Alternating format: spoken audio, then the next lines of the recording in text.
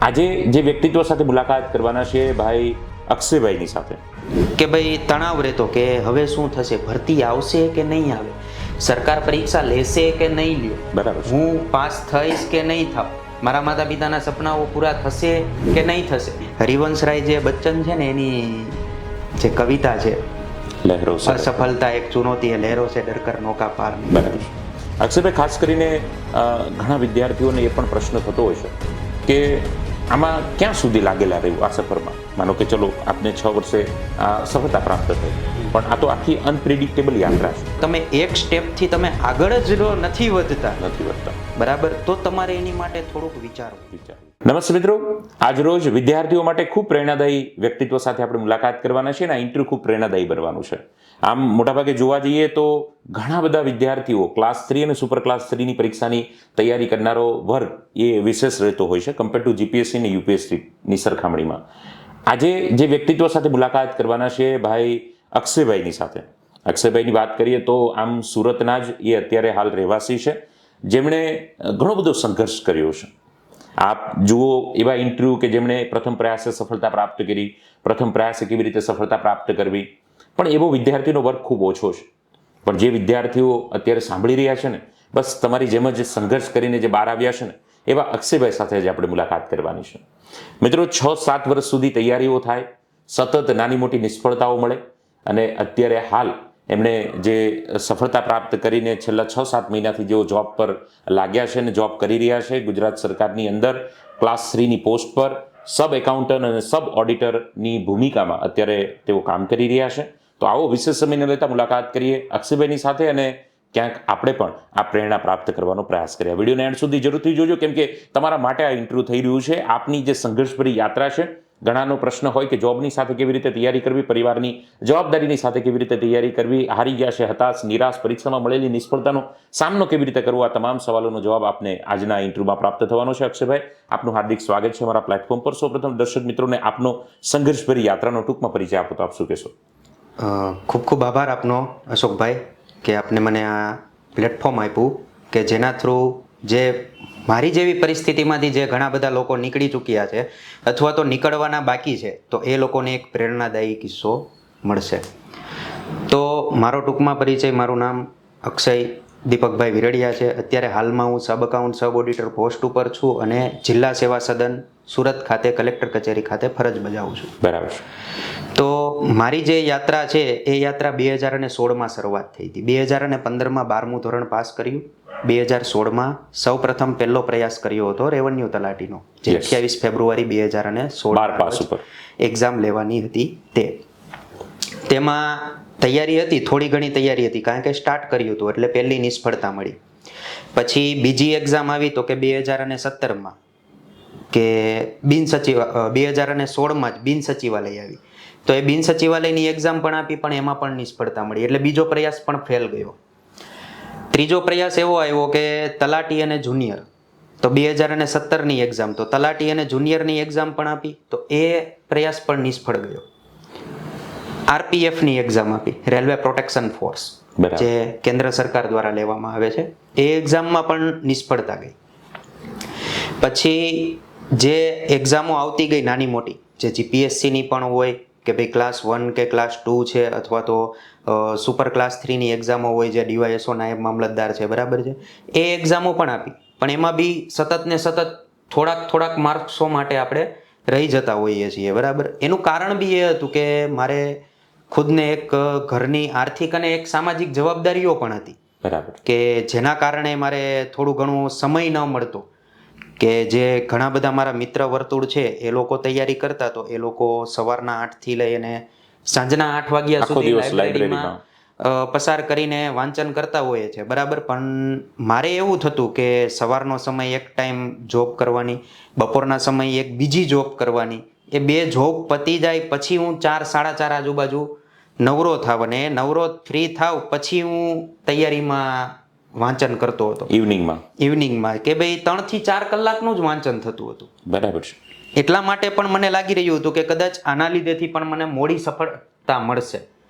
પણ ધીમે ધીમે તૈયારીઓ ચાલુ રાખી, નિષ્ફળતાઓ બહુ બધી મળી. 2017માં તો ખાસી નિષ્ફળતાઓ મળી, પછી 2018માં તો ભરતીઓ જ ન આવી. એ એક વર્ષ તો એમ જ ગયું. 2019માં બિન સચિવાલય આવી. એ બિન સચિવાલયમાં બહુ સારામાં સારું પરફોર્મન્સ આપ્યું મેં.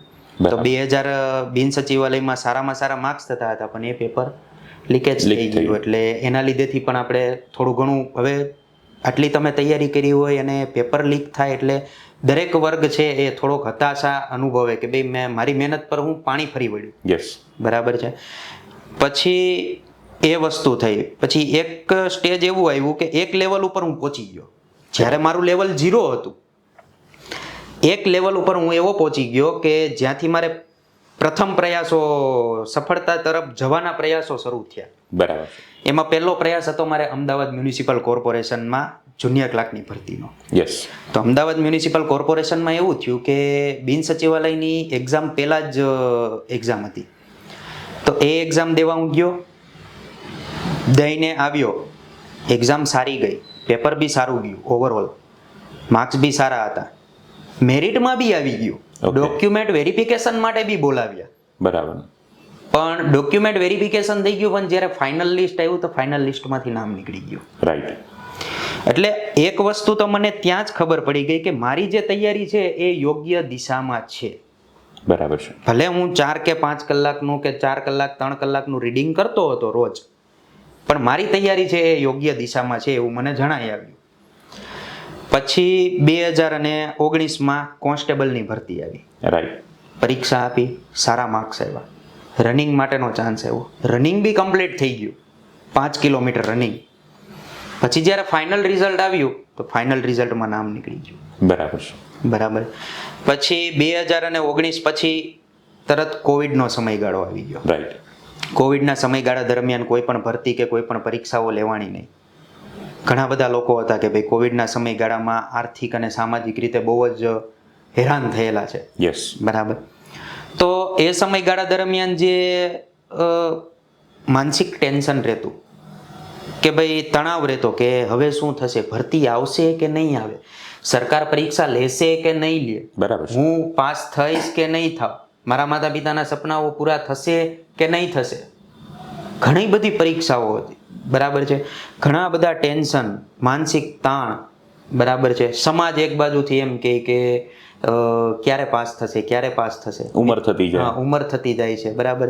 માતા પિતાઓ પણ એક આશા લઈને બેઠા હોય કે હવે આ નહીં તો આની પછીની ભરતીમાં મારો છોકરો પાસ થઈ જશે, કાંઈ વાંધો નહીં, આ પરીક્ષામાં ન થયો તો આની પછીની ભરતીમાં પાસ થઈ જશે. પણ સતત ને સતત નિષ્ફળતાઓ. એ જે 2 વર્ષ પછી જ્યારે એક્ઝામ લેવાનું શરૂ કર્યું સરકારે 2021માં 7મા મહિનામાં. બરાબર છે. 7મા મહિનામાં એક્ઝામ લીધી તો પહેલી એક્ઝામ હતી મારી જે એકાઉન્ટ ઓડિટરની. તો એકાઉન્ટ ઓડિટરની જે એક્ઝામ આપી તો એમાં નિષ્ફળતા મળી. જે મેં એક્સપેક્ટ કરેલા હતા મારા માર્ક્સ કે મારી તૈયારીના લીધેથી કે મારે આટલા માર્ક્સ થવા જોઈએ, પણ એટલા માર્ક્સ ન થયા, એટલે એ એક્ઝામ જતી ગઈ. ત્યાર પછી એના 1 વીક પછી જ હતી ATDOની એક્ઝામ, આદિજાતિ વિકાસ અધિકારી. બરાબર છે. એ એક્ઝામમાં પણ માર્ક્સ ન થયા, એ એક્ઝામ પણ ફેલ થઈ. એના બીજા 1 વીક પછી હતી સિનિયર ક્લાર્કની એક્ઝામ. એ એક્ઝામમાં પણ માર્ક્સ ન થયા, એ એક્ઝામ પણ ફેલ ગઈ. સતત 1 મહિનામાં 3 એક્ઝામ ફેલ જવાના કારણે એક માનસિક ટેન્શન જ એટલું આવી ગયું કે મારી તૈયારી કઈ દિશામાં જાય છે, ક્યાં ભૂલ રહી જાય છે, ક્યાં ખામી રહી જાય છે. જોવા જઈએ તો પેપર બી સારા હોય, પેપર બી આપણે જેમાંથી વાંચ્યું હોય એમાંથી આવતું હોય, પણ છતાં બી રિઝલ્ટ નથી મળતું. થોડા માર્ક્સો માટેથી, પોઈન્ટમાંથી 1 માર્ક્સ 2 માર્ક્સ એ માર્ક્સથી રહી જતા હોઈએ, એ માર્ક્સથી રહી જતા હોઈએ છીએ. તો પછી એવું થયું કે અઠવાડિયું, 7 દિવસ, 10 દિવસ સુધી તો ક્યાંય મન જ ન લાગ્યું. બરાબર છે. કે હું તૈયારી કરું કે હવે કોઈ જગ્યાએ પ્રાઇવેટમાં કોઈ પણ જગ્યાએ ચડી જાઉં. વચ્ચે તો મારા ફાધરે એમ કીધેલું કે તારે એબ્રોડ જવું હોય તો હું લોન લઈ લઉં. હા, બરાબર. લોન લઈને તને મોકલી દઉં. કારણ કે એ લોકો બી મને નહોતા જોઈ શકતા આટલી વાર નિષ્ફળતા. એ લોકોને બી એમ થતું હતું કે મારો છોકરો આટલો હેરાન થાય છે. બરાબર છે. આ દરેકના માતા પિતાને કંઈક ને કંઈક આશા હોય, દરેકના માતા પિતા એના છોકરાને જોઈને જીવતા હોય છે.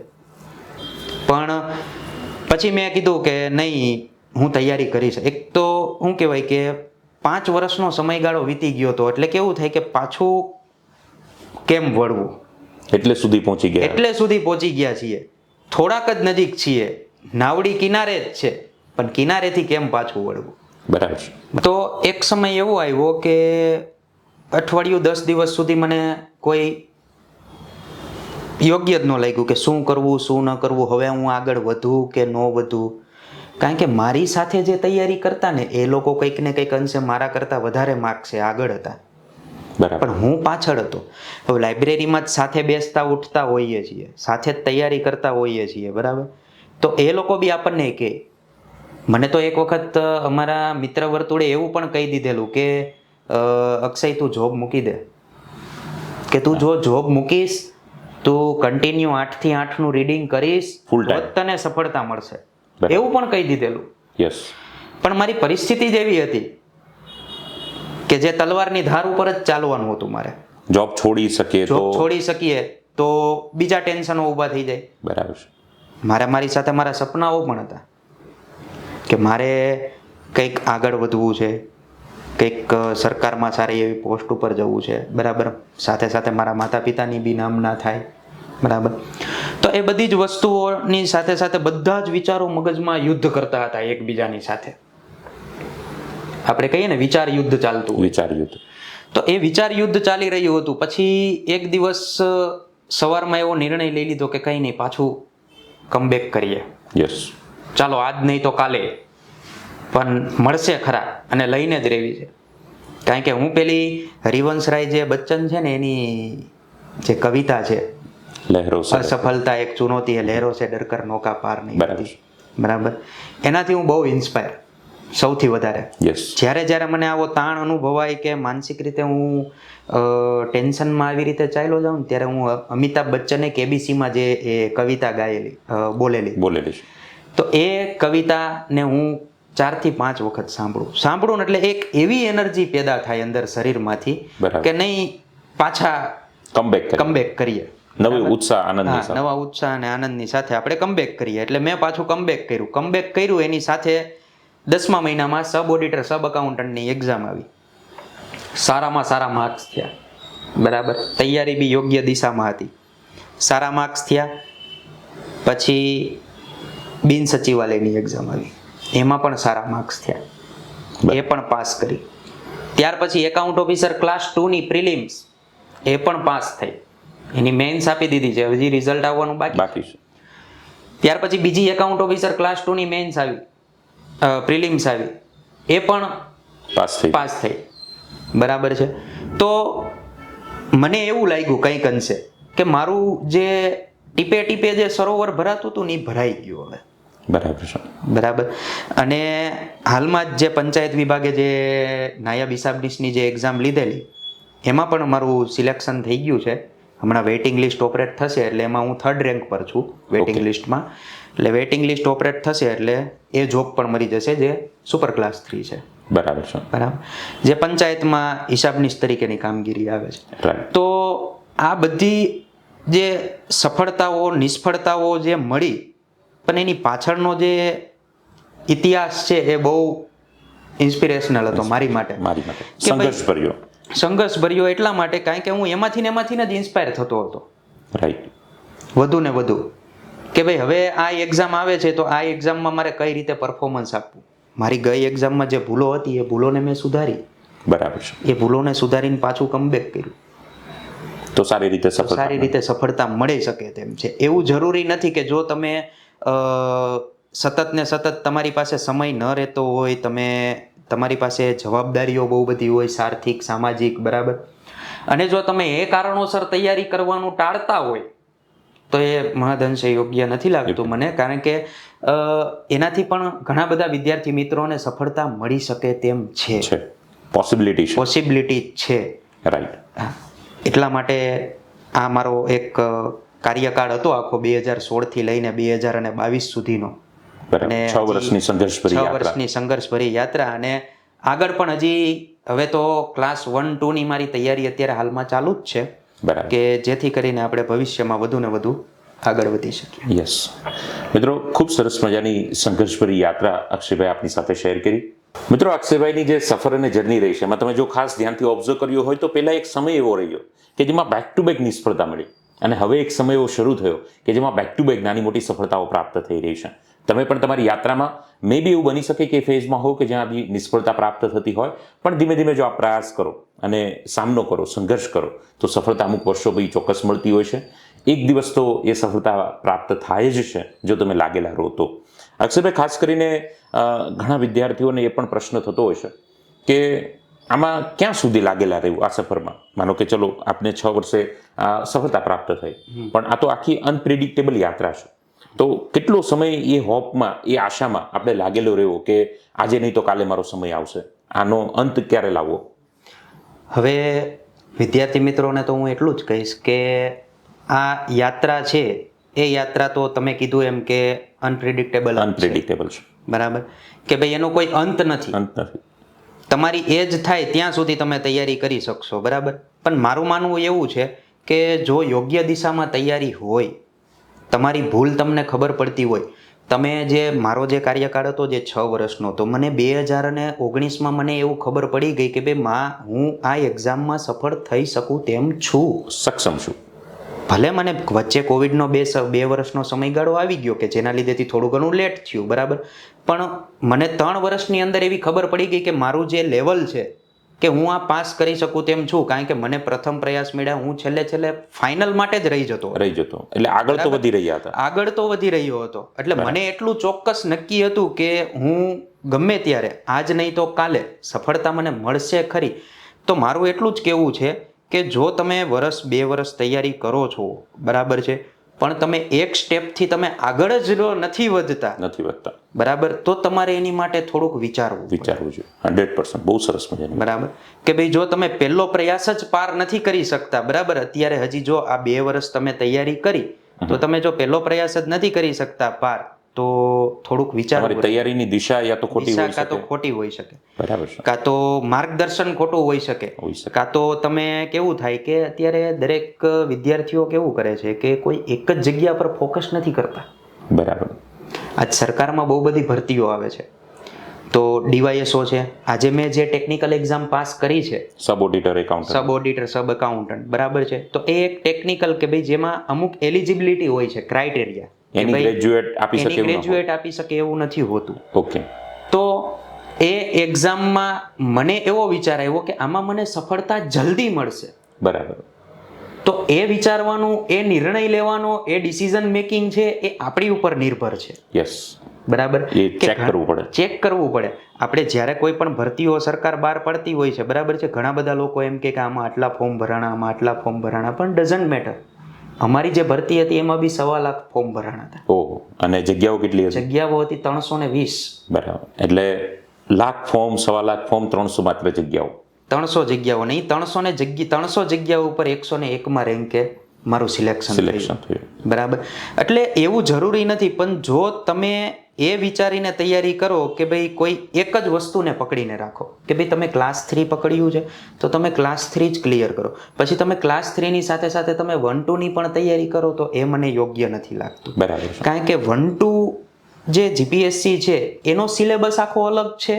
એટલે આમ સિલેબસ સેમ છે, પેટર્ન અલગ છે, લેવલ અલગ છે. પ્રિલિમ્સ આવે, મેઇન્સ આવે, ઇન્ટરવ્યુ આવે. જ્યારે ક્લાસ 3, સુપર ક્લાસ 3 કે ભાઈ જેમાં ઇન્ટરવ્યુ કે એવું કાંઈ નથી આવતું, પ્રિલિમ્સ હોય છે અને જે મેઇન્સ માટેની જે કોઈ પણ એક્ઝામો હોય છે તે બધામાં અલગ અલગ પેટર્ન હોય છે, કેડર વાઇઝ.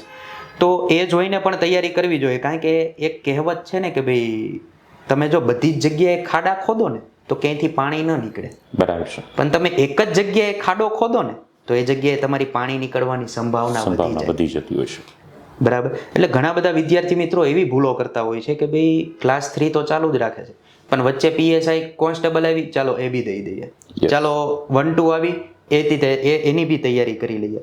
એટલે આમાં તૈયારી એક દિશામાં નથી થતી હોતી, બરાબર છે, પણ જો એક દિશા મળે ને તો સફળતા 100% ચોક્કસ મળશે. મિત્રો, પરીક્ષાઓ અલગ અલગ આવતી જ રહેતી હોય છે, પણ તમારે તમારી કોરને સમજી, જેમ કે અક્ષયભાઈ એ ફોકસ કર્યું સબ એકાઉન્ટન્ટ સબ ઓડિટરની એ જોબ પર. કોમર્સ એમનું બેકગ્રાઉન્ડ હતું, બીકોમ એમનું ગ્રેજ્યુએશન હતું, અને એ ક્રાઇટેરિયાની અંદર એ જોબની રિસ્પોન્સિબિલિટીની અંદર કોમન એકાઉન્ટન્સી એ વધારે ઉપયોગમાં આવે. એટલે એમણે એ પોતાની કોરને સમજી અને એના પર ફોકસ કર્યું, મહેનત કરી, પ્રિપેરેશન કરી, આગળની કરેલી મહેનતનો સમન્વય થયો અને સફળતા પ્રાપ્ત થઈ ગઈ. પણ એક બહુ સરસ મજાની વાત કરી કે તમે જો આગળ નથી વધી રહ્યા તો અહીંયા વિચારવું ચોક્કસ પડશે. જરૂરી નથી કે બધા મિત્રો માટે સરકારી નોકરી હોય, અને જરૂરી નથી કે બધા મિત્રો માટે પ્રાઇવેટ સેક્ટર હોય, જરૂરી નથી બધા જોબ કરી શકે, જરૂરી નથી બધા બિઝનેસ કરી શકે, પણ બધા કંઈક તો કરી શકે. તમે શું કંઈક કરી શકો છો એનું એ આત્મમનોમંથન, એ તમારી સાથેની વાતચીત, તમારી પોતાનું ઇવોલ્યુશન કરવું ખૂબ જરૂરી છે. અક્ષયભાઈ, આપ જે અત્યારે જોબ કરી રહ્યા છો સબ એકાઉન્ટન્ટ સબ ઓડિટર, એમાં કેવા પ્રકારની ભૂમિકાઓ મુખ્યત્વે રહેતી હોય છે, કેવા પ્રકારની જવાબદારી, કેવા પ્રકારનું કામ રહેતું હોય છે? અત્યારે તો અમારે એ પ્રકારની કામગીરી કરવાની આવે છે કે જે કોઈ પણ સરકારી કચેરીઓ, આ જે કેડર છે એ નાણાં વિભાગના અંડરમાં આવે છે. અને નાણાં વિભાગ થ્રુ અલગ અલગ કચેરીઓ છે. જેમ કે હું જિલ્લા તિજોરી કચેરી ખાતે ફરજ બજાવું છું, તો જિલ્લા તિજોરી કચેરીનો મુખ્ય જે એનું કામગીરી છે એ કામગીરીમાં અમારી કામગીરીમાં એવું આવે કે જે સરકારની જે અલગ અલગ કચેરીઓ છે, બરાબર, જે દરેક કચેરીઓના પગાર બિલ, કચેરીઓ જે કાંઈ પણ ખર્ચા કરે છે, ઓફિસ એક્સપેન્સ છે, મેન્ટેનન્સ છે, ફ્યુલ છે, વોટેવર જે કાંઈ પણ ખર્ચાઓ છે, એ બધા ખર્ચાના બિલો અમારી પાસે આવે. રાઈટ. અને એ બધા બિલોને ઓડિટ કરી અને એનું ચૂકવણું કરવાનું અમારે ત્યાંથી હોય છે. બરાબર. બરાબર. એટલે એ મુખ્ય કામગીરી હોય છે અત્યારે હાલમાં તો. બરાબર. પણ એની સિવાય ઘણી બધી શાખાઓ અંદર આવતી હોય છે. અમારે ઘણી બધી શાખાઓ છે કે જેમ કે સ્ટેમ્પ શાખા. સ્ટેમ્પ વિશે તો તમે પ્રચલિત જ હશો. Yes. બરાબર છે કે સ્ટેમ્પ એટલે કે એક પ્રકારનું અલગ જ શાખા છે કે જે નાણાં તિજોરીની અંડરમાં અમારે સ્ટ્રોંગ રૂમ નિભાવવાનો હોય. એ સ્ટ્રોંગ રૂમમાં એ બધા દરેક પ્રકારના સ્ટેમ્પ રાખેલા હોય છે, અલગ અલગ કાયદાકીય જે એફિડેવિટ છે કે તેમાં ઉપયોગમાં લેવાતા હોય છે. તો એ શાખાની પણ કામગીરી અમારે આવતી હોય છે. બરાબર. એટલે ઘણી બધી વસ્તુઓ આ સાથે સંકળાયેલી છે. અને મેઇન તો કહીએ ને તો સરકાર જે કાંઈ પણ ખર્ચો અને સરકારની જે કાંઈ પણ આવક છે ને એનો હિસાબ રાખવાનું મુખ્ય કામ છે. પછી અલગ અલગ ડિપાર્ટમેન્ટનું અલગ અલગ રહેતું હોય છે, પણ મેન આવક અને જાવક, સરકારની ઇન્કમ અને સરકારનો એક્સપેન્સ, એનો લેખાજોખા રાખવાનું કામ ભાઈ અને ભાઈશ્રી જેવા જે મિત્રો છે એ આ જવાબદારી બજાવતા હોય છે અને આ ફરજ રહેતી હોય છે.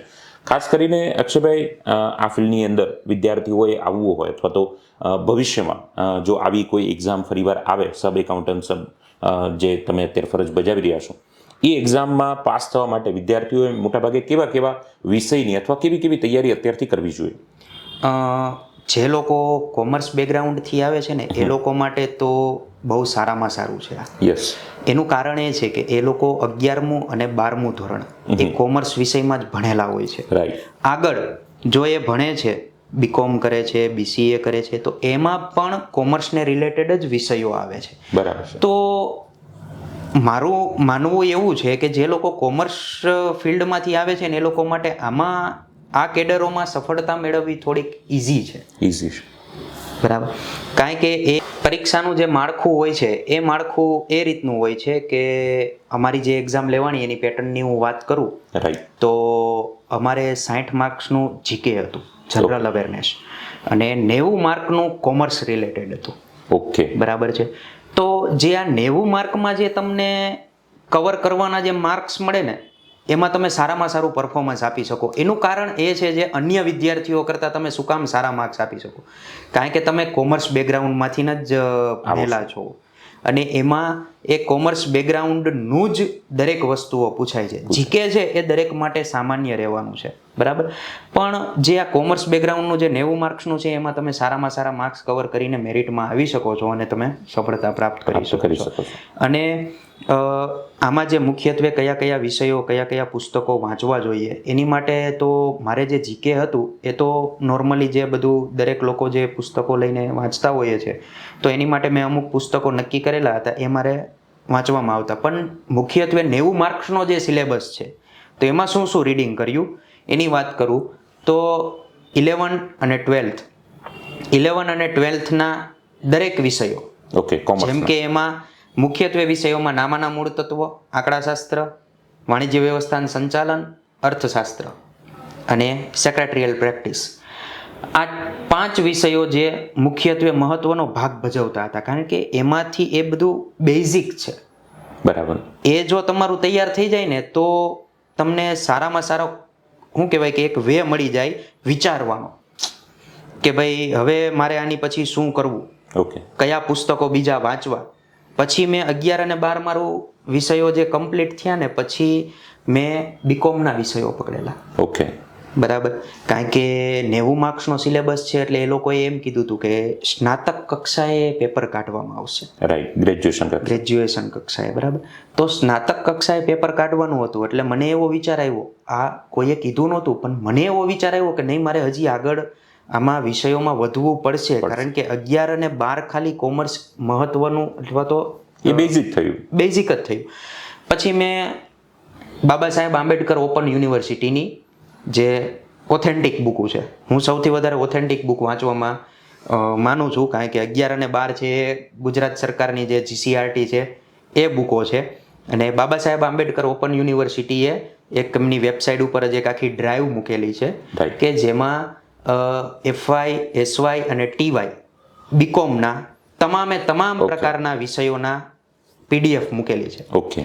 અને એ વિષયોની PDF થી મને ઘણો બધો ફાયદો થયો છે અને એ ઓથેન્ટિક હોય છે, કારણ કે બાબા સાહેબ આંબેડકર ઓપન યુનિવર્સિટી એક સરકાર દ્વારા જ સંચાલિત છે એટલા માટે. અને એ વિષયો પણ તમારે તૈયાર કરવા જરૂરી બને છે. બરાબર. કારણ કે તમારું ખાલી 11 અને 12 તૈયાર કરી લ્યો એટલું જ પૂરતું નથી, પરંતુ તમારે એનાથી આગળ બીકોમના વિષયો ખાસ વાંચવા જરૂરી છે.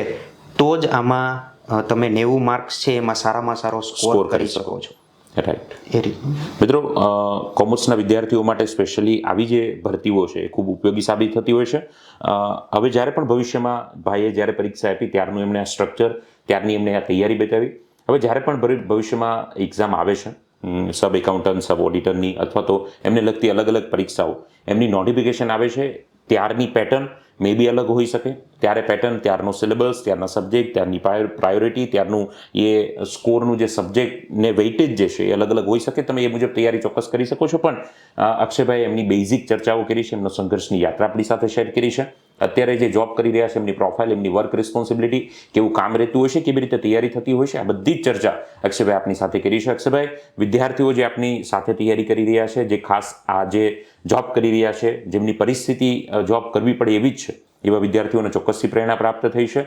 ક્યાં સુધી તૈયારી કરવી, 5 વર્ષ, 6 વર્ષ, 7 વર્ષ, 8 વર્ષ, કેટલો સમય તૈયારી કરવી, એની પણ વાત અક્ષયભાઈ ખૂબ સારી રીતે કરી છે. એન્ડમાં અક્ષયભાઈ, આપની આખી એક જે સફર રહી છે, આ સફરનો એક મેસેજ, પોઝિટિવ મેસેજ વિદ્યાર્થીને આપવો હોય તો આપ શું આપશો?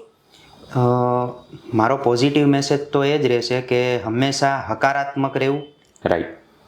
તમે જે દિશામાં આગળ વધો છો એ દિશામાં તમને એમ લાગે કે હું હજુ આગળ વધી શકું તેમ છું, બરાબર, તો ચોક્કસ ને ચોક્કસ વધવું. પણ મેં તમને વાત કરી એમ કે ભાઈ જો 1 કે 2 વર્ષની અંદરમાં જો આપણને એક આઈડિયા આવે કે ભાઈ આગળ વધી રહ્યો છું, હા, 1 કે 2 વર્ષમાં હું આગળ વધી રહ્યો છું, બરાબર, તો આપણે આગળ વધવું જોઈએ.